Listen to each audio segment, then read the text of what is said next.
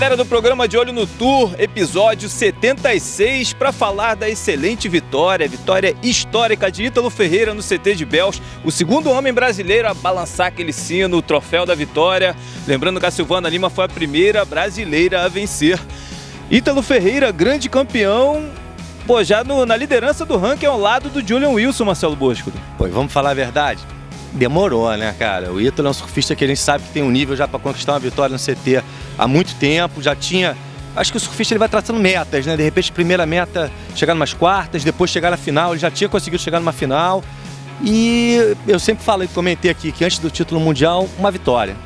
Agora ele já tem essa vitória e mais do que essa vitória, dominou o campeonato inteiro, foi um dos surfistas, se não o surfista que fez as melhores pontuações durante todo o campeonato, mostrou até para todos os outros surfistas que estão meio perdidos em relação ao critério de julgamento, como conseguir notas altas. Então, vitória mais do que merecida do Ítalo, atrasada, tardia, mas agora que ele tem essa vitória, a gente sabe, surfista se alimenta de vitórias. Ele com essa vitória já pode partir para sonhos maiores, pensar num título mundial e vai para Margarete na liderança. Nada a falar, vitória brilhante do Ítalo, cara. Pois é, Marcelo Andrade, mais uma vez falando aí, vitória histórica, o cara surfando de backside e vertical. Como é que ele fez isso lá? Cara, ele estava muito solto, muito veloz, a abordagem dele era totalmente diferente das outras. Se você vê quando o Medina caiu com ele, que ele realmente era mais veloz que o Medina, cavava com mais força, e olha que o Medina é um cara, para mim, um dos melhores backsides do mundo atualmente, e eu fiquei impressionado com o Ítalo. E até vendo o campeonato ontem, a final entre ele e o Mick Fanning, lembrando que o Mick Fanning, quando entrou no Tour, depois de um certo tempo, as pessoas viam nele uma velocidade, uma abordagem diferente, que o Ítalo mostrou ontem, que tem também. O Ítalo, para mim, junto com o Filipinho e o Medina, são três atletas brasileiros especiais, candidatos a título, com um repertório de manobras incríveis. Acho que o Filipinho, na minha opinião, fica um pouco abaixo, porque ainda não consegue dominar as ondas grandes como o Ítalo e o Medina, e o Ítalo é um cara que se desenvolve muito rápido. Fora que, como ele teve uma carreira amadora, vencedora, profissional vencedora, é um cara que sempre quer ganhar. E quando o cara se acostuma a ganhar, como o Marcelo falou, ele quer ganhar mais. Não queria ser coadjuvante do circuito, ele quer ser protagonista. Pois é, Marcelo Bosco, dessa etapa os Goofs fizeram bonito, semifinal com dois brasileiros. Cara, tradicionalmente é uma etapa difícil para os backsides, eu me lembro só do Damian Hardman lá atrás ter tido um domínio.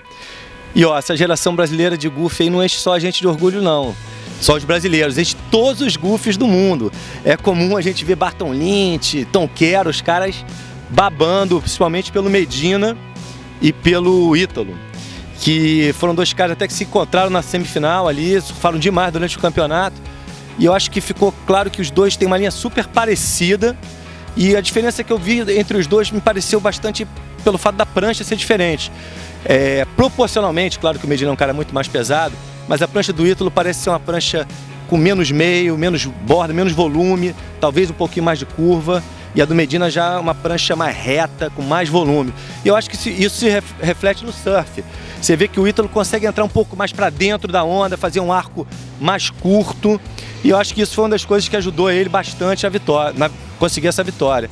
Outra coisa que também foi um diferencial importante do Ítalo foram as finalizações. Esse campeonato particularmente os juízes valorizaram muito a onda completa, a onda com finalização. E o Ítalo foi o único cara que conseguiu essa finalização, algumas vezes até bem vertical, e cair no vazio, com a prancha caindo no aéreo e completando a manobra. Então acho que esse foi um fator determinante para a vitória dele, e os Goofs saem de lá com a alma lavada pelo desempenho do Medina, principalmente do Medina e do Ítalo. Pois é, Marcelo Andrade, a gente teve aí novamente um John dormindo, como foi na primeira etapa?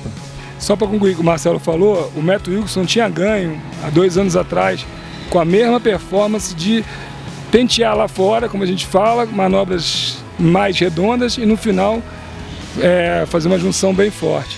O próprio George Smith ano passado também. Então o Bells está se caracterizando por um campeonato onde você faz manobras fortes lá fora, mas se você arriscar realmente no quebra-coco, você vai ser recompensado. Quanto ao John, cara, já é o segundo campeonato que ele perde o pico para o seu oponente, em snap. Dessa vez ele perdeu ali meio que na força, né? Não, acho que, cara, o Mickey Wright ficou para dentro snappers, dominou o pico, ele em nenhum momento reagiu, errou nas manobras, coisa que a gente não viu o John John fazendo no passado. A mesma coisa em Bells, o Ezequiel Lott tirou um pouco o foco dele, mas ele já estava desfocado. O cara entrou, deixou o cara assumir a posição melhor. Aí teve duas oportunidades de onda, caiu nas duas. Quer dizer, não foi o mesmo John John, caiu nas três, né? Porque caiu na primeira que ele tentou um snap, errou, e depois nos dois aéreos.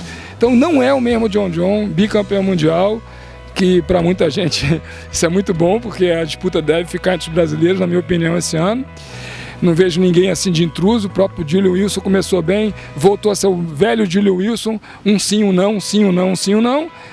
E acho que para os brasileiros a dormida do John John vai ser importantíssimo para conquistar mais um título. Pois é, e a perna australiana não terminou, tem a próxima etapa que começa agora, já nos próximos dias em Margaret River, mas o Medina já conquistou um bom resultado no terceiro lugar e o Ítalo Ferreira tem uma vitória e está na liderança. A gente vai sair bem da perna australiana. Não, com certeza, o Brasil, tanto no QS quanto na divisão principal, está super bem, está dominando.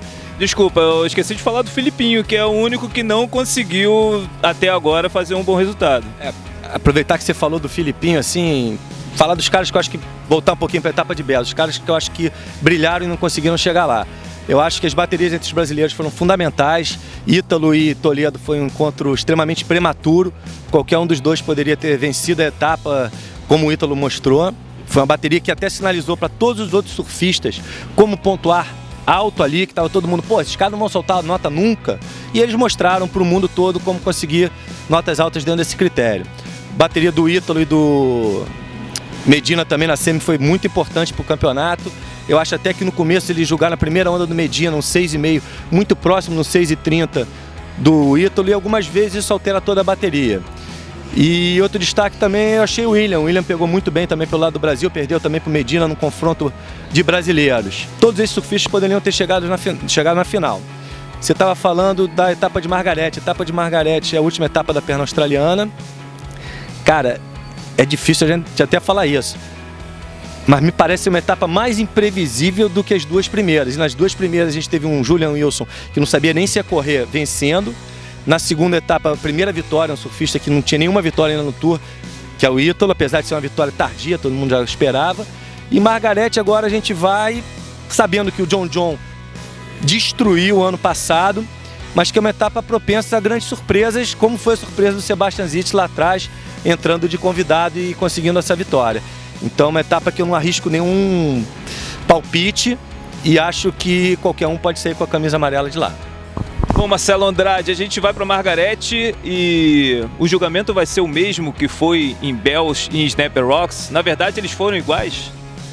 Olha, foram no critério de notas, né? Assim, eles diminuíram assim, são mais exigentes nas notas em relação a notas excelentes, mas assim, dentro desse critério que eles adotaram, eu vejo que a nota baixa fica muito próxima da nota média e dá a possibilidade da virada para o atleta muito mais facilmente. Eu vi algumas baterias que eu achei que o atleta estava totalmente combination, segundo o critério do ano passado, e esse ano o cara precisava de um 9.